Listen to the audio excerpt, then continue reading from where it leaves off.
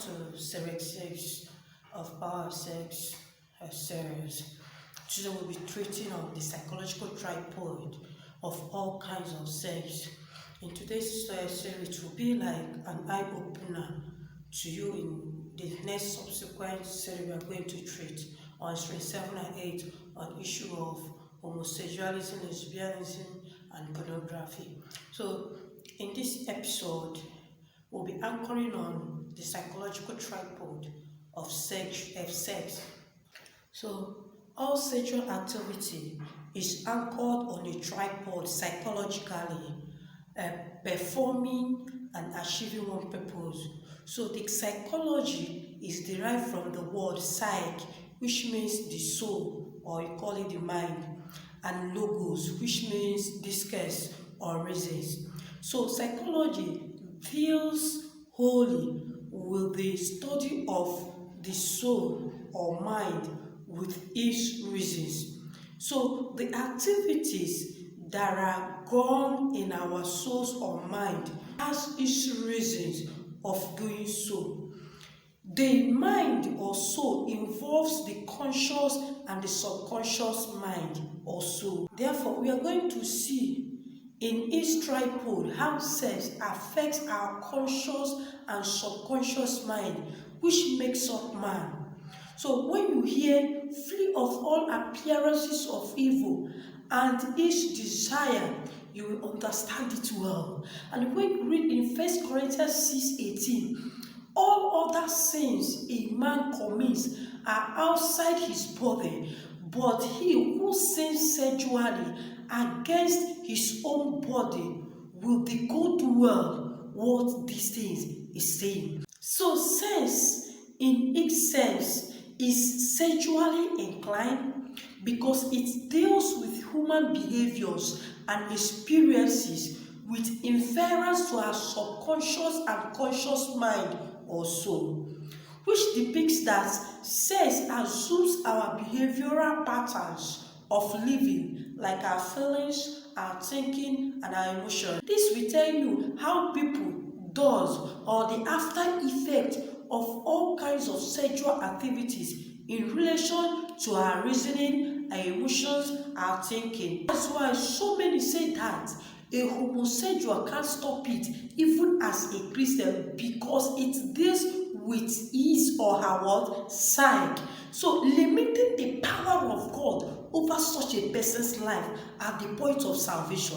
So if what they think is right, what of a person of dealing with an opposite sex? It means that that person cannot even what? Stop it. But the good news is this: all of these acts falls away at the point of encountering what? The cross. This will make you to understand the reason people do what they do. It starts with their psyche, and if not put on check earlier, it will permit to their behavior. So it is to a homosexual or a lesbian. No one is born such. No one is born with it. Any kind of act is conscious and unconsciously done. Learn and do what is bid. Makandina say they are born a lesbian or a homosexual because they only have feelings for their same sex. No. The problem is this. It elicits of your subconscious mind and is not put under check earlier on, or give it a proper sexual orientation earlier for it to correct it in your conscious mind, and then it comes in your feelings and begin to have expression in your conscious mind as an avenue for its expression. Psychologically, it develops and becomes part of you. Have you seen the reason you do the things you do in life apart from sex? These behaviors are transferred in our thoughts, mental process, and cognitive reasoning or discourse, speaking volumes in our emotions and feelings, then reinforcing our thinking of who we really are, shaping our behavior to fit into it. So now we'll be seeing the psychological tripod of sex. Number one is emotional devotion. Yes, sex is one of life's greatest pleasures, but also causes some of life's greatest pain. Sex can be incredibly beneficial for us physically and emotionally.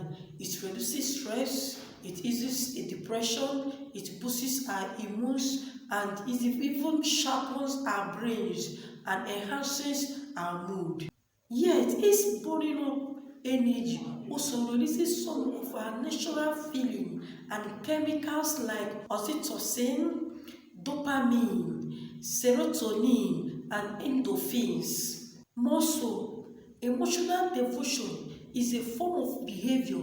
The psychological aspects of sexual expression is the emotional involvement and its responses. It affects our behaviors and what and experiences. Now, so sex handles our emotions beyond our choice. He devotes our feelings, whether good or bad, to our partners. The reason is that we have given a measure of our part to our sexual partner during the copulation. Let's speak it this way. Whenever we recall how our partner treats us naturally in bed or naturally as a feel of love, we do feel happy about it. At that point, it changes our emotions and our mood and our reasoning and even feeling at that particular point in time immediately, whether good or bad. Again, in our school or place of work, memory do play a lot of role in our brain. It's what we can't do without, whether we like it or not, whether it's good or bad. Then our attention will immediately be diversified from our current happenings. It's one of the reasons teacher will be teaching in the class and a student's attention or focus is not towards him or her. Now, or is that you always see a young person or a person that is always moody every time without a cause, without a reason. Something is actually dealing with that person's emotion. I can recall when we were in our secondary school, there's JS3 particular, there's one of my classmates there. She will be in the class reciting some sexual words and be like touching her body, feeling it, and we will be like shouting her name and laughing at her so that will bring her memory back. Now, at this point, she will tell her that's what her boyfriend always tell her when they get to the street because they're living in dormitory. So it is now that I realize the gravity of those sexual words and those sexual happenings has effect in his psychological world affairs. No matter that whenever she remembers, she feels so much happy and excited, yet psychologically she's passing through a lot because you have given a measure of your emotion to him or her. It will be like a pain, a heartbreak, as we do call it in our spirit, because emotion is playing its part on us, whether you like it or not. You hear some people say, don't give your partner your heart to avoid heartbreak or because no one is being trusted. The truth is that emotional devotion is real even without your consent. You see it heavily even when you are alone or with another partner or when both of you broke or part ways. This is what makes so many people saying whenever they are with their current partner or husband, they don't feel, they always recall their past partner or boyfriend affairs before they can feel the intercourse and gain pleasure on it. My sister, that's what is called emotional devotion. You are suffering from it. Stop complaining. It is your sickness. So number two is control. Sex regulates your entirety. It takes full control. It takes full charge of your whole being. Even your partner has a measure of control or dribble over your life and affairs. Just like a married woman is answerable to a husband, so you are answerable so you are answerable to your man. You are not a freeborn, a born a. You are not a freeborn because you are entitled to your man and his pleasures. Now, this form of control is not always palatable, but God made it that every single should enjoy it, and is a free gift of freedom to the fullest. The funniest part of it is that this kind of control is called dribbling. You see a man on top of another controlling your movements, unlike godly marriages where the two partners is true to themselves. Every entirety of your life, social life, business life, etc., even your friendships, is dribbled by the man, but yet can't see the man making a reasonable impact in your career and your future. This is truly selfishness. It's not God's ordained plan for you. Come out among them and be separate now, and have your freedom and happiness in full. Then you will notice how heavy a load you are carrying and how weighty psychologically it is to you. If I illustrate psychologically how it affects your brain, you will run from it. Now let me give you an example. Your brain is a cell organ. When it's dribbled, it will lose direction and focus at the moment and begin to adapt to the one it's being channeled towards, which immediately reflects your action, which someone beside you might tell you, are you alright? Too much work or stress keeps our cell organ worked up and weak to officiate effectively in the wars of life. Can I tell you, this can cause a lot of depression on the other hand, and unconsciously your action and uncontrolled action of our mood like anger. Again, excessive sex can affect your eyes by pumping blood from your arteries to your eyes. This is mostly found in BP patients, those with high blood pressure. That's why you hear and see in movies how an advancing man of about 60-something years died on top of a lady or on top of a woman in hotel rooms. You never ask yourself why such or what causes such. Can I tell you, the lady did not shout the man. The lady did not have the mind to kill the man because she knew that he will implicate herself along the line. What she is after is the man's money and not the man's life.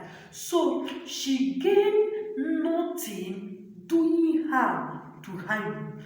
But it happens, and this is the main reason it does.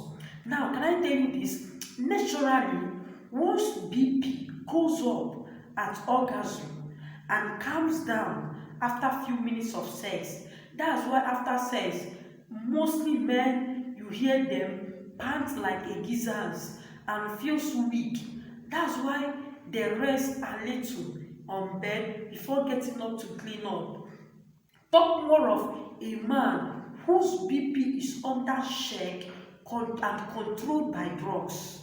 He will surely slump and die, for the index of his BP is beyond control. But can they not show fresh blood? Fresh blood is not the cause. So can you carry the fresh blood? Now, flee for all your life now, and every appearances of evil, BP. Come to Jesus and he will give you a fresh blood you ever demand for. Finally, responsibility. This weighs a man's spirit down because of the stress process of getting a relief. Let's take for instance, you see a loader or a jobber man in the marketplace, and that man is carrying a 5 to 10 bags of rice, beans or flour or cement at a time at his bag, getting to a nearby shop to relieve the goods. If care is not taken at that point in time, the man will just fall that thing off and it will pour out. Now, what happens at this process is that the stress process this man went through is in his spirit and in his body. That is true. This is responsibility we are talking about. Spirit and the body makes up man. This is exactly what happens in sex or in your partners. The stress process of trying to get your partner's need or wants, like finance, like gifts, and as a young man, if you don't have this money, you are bound to go and steal, whether your parents own, whether outside, in order to be able to meet up with your relationship and with your partner's demand. Now, can I ask you, the process of you trying to relieve yourself from that load your partner has given to you and your action towards getting it, two of them battles in your spirit and in your body. So at this particular point in time, you are bound to lose that relationship and your pleasures over that relationship if you did not do what? Meet up with that demand. Be wise now. It's better you didn't enter into a sexual relationship